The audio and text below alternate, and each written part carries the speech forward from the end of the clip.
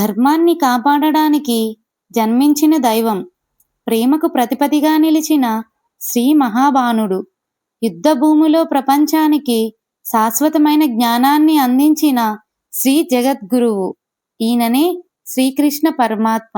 శ్రీకృష్ణుని జననం నుంచి ఆయన చివరి లీల వరకు జరిగిన ప్రతి ఘట్టాన్ని ఈ వీడియోలో తెలుసుకుందాం. ప్రతి సంఘటనలో ఒక గొప్ప సందేశం, ప్రతి లీలలలో ఒక లోతైన అర్థం దాగి ఉంది. అయితే ఆలస్యం ఎందుకు? భక్తి, జ్ఞానం, అద్భుతాలతో నిండిన శ్రీకృష్ణుని సంపూర్ణ జీవితగాథను ఇప్పుడు ప్రారంభిద్దాం. జై శ్రీకృష్ణ. ఈ ప్రపంచంలో ధర్మం క్షీణించినప్పుడు దేవుడు స్వయంగా అవతరిస్తాడని మనం వింటూ ఉంటాం. కానీ ఆ పరిస్థితి ఎలా వచ్చింది? భూదేవి మాత ఎందుకు కన్నీళ్లు పెట్టుకుంటుంది? దేవతలందరూ ఎందుకు ఒక్కసారిగా క్షీరసాగరానికి వెళ్లారు? అసలు శ్రీ మహావిష్ణువు శ్రీకృష్ణుడిగా అవతరించాలని నిర్ణయించుకున్న క్షణమేది? ఈరోజు శ్రీకృష్ణ అవతారానికి నాంది పలికిన ఈ దివ్యగాథను తెలుసుకుందాం. అధర్మం పెరిగిన కాలం, ద్వాపరయుగం చివరి దశ.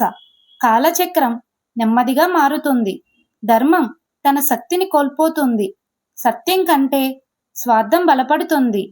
రాజ్యాలను పరిపాలించాల్సిన రాజులు, ప్రజలకు రక్షణ ఇవ్వాల్సిన పరిపాలకులు అధర్మానికి బానిసగా మారిపోయారు.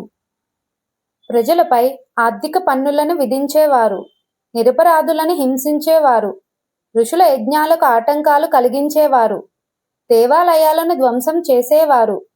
రాక్షస స్వభావం కలిగిన రాజులు భూమిని ఆక్రమించి భయం తప్ప మరి ఒకటి కనిపించని పరిస్థితిని సృష్టించారు. ప్రతి గ్రామంలో విలపం, ప్రతి అడవులో రాక్షస సంహారం, ప్రతి రాజ్యంలో అన్యాయం. అలా భూమాత తన ఒడిలో పెరిగిన సంతానం చేతనే గాయపడుతుంది. భూమాత వేదన పురాణాలు చెప్తున్నాయి. భూమాత తన బాధను వ్యక్తపరచడానికి ఒక పవిత్రమైన గోవు రూపాన్ని ధరించింది. ఆమె కళ్ళల్లో కన్నీటి దారలు, ముఖంలో వేదన, హృదయంలో భరించలేని బాధ. ఆమె నెమ్మదిగా ఇలా విలపించింది. నేను అందరికీ ఆశ్రయం ఇచ్చాను, అన్నం ఇచ్చాను, జీవనాన్ని ఇచ్చాను. కానీ నా ఒడిలో పుట్టిన వారే నన్ను నాశనం చేస్తున్నారు. ధర్మాన్ని కాపాడాల్సిన రాజులే ప్రజలను హింసిస్తున్నారు. నా భారాన్ని ఇక నేను మొయ్యలేను అని విలవిస్తూ దేవలోకానికి ప్రయాణం అయ్యింది. దేవతల సభ. ముందుగా భూదేవి మాత దేవేంద్రుని సభకు చేరుకుంది. భూమాత దుఃఖాన్ని చూసిన దేవేంద్రుడు దిగ్భ్రాంతికి గురయ్యాడు. వెంటనే అగ్నిదేవుడు, వాయుదేవుడు, వనరుడు, సూర్యచంద్రులు, అష్టదిక్పాలకులందరినీ సభకు పిలిచాడు. భూమాత తన బాధను వివరించింది. ప్రజలు ధర్మాన్ని మర్చిపోయారు. రాక్షసులు రాజులుగా మారి భూమిని నాశనం చేస్తున్నారు. నా శక్తి క్షీణిస్తుంది, నన్ను రక్షించండి అని వేడుకుంది. ఆమె మాటలు విని దేవతలందరూ మౌనంగా తలవంచారు. దేవేంద్రుడు ఇలా అన్నాడు, ఈ సమస్యకు పరిష్కారం చెప్పగలిగిన వారు సృష్టికర్త బ్రహ్మదేవుడే. అందరూ కలిసి సత్యలోకాన్ని చేరుకుని బ్రహ్మదేవునికి నమస్కరించారు.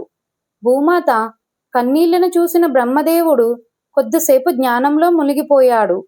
ఆ తరువాత మృదువుగా ఇలా అన్నాడు, భూదేవి మాత, నీ బాధను తొలగించగలిగిన వారు ఒక్కరే, శ్రీ జగన్నాథుడు, శ్రీ మహావిష్ణువు. ఆయన వద్దకే వెళ్దాం. బ్రహ్మదేవుడు ముందుండగా దేవతలందరూ భూమాతతో కలిసి క్షీరసాగరానికి బయలుదేరారు. అక్కడ అనంత శేషునిపై యోగ నిద్రలో విశ్రమిస్తున్న శ్రీ మహావిష్ణువు ఆ దివ్య దర్శనాన్ని చూసి దేవతలందరూ చేతులు జోడించి నమస్కరించి నిలబడ్డారు. బ్రహ్మదేవుడు పురుషుస్తకాన్ని పారాయణం చేయడం ప్రారంభించాడు. వేదఘోషాలు మారుమోగాయి.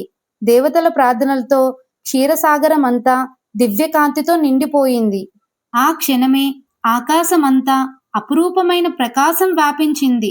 శంఖ చక్రాలు, గద పద్మాలు ధరించిన శ్రీ మహావిష్ణువు మహా తేజస్సుతో ప్రత్యక్షమయ్యాడు.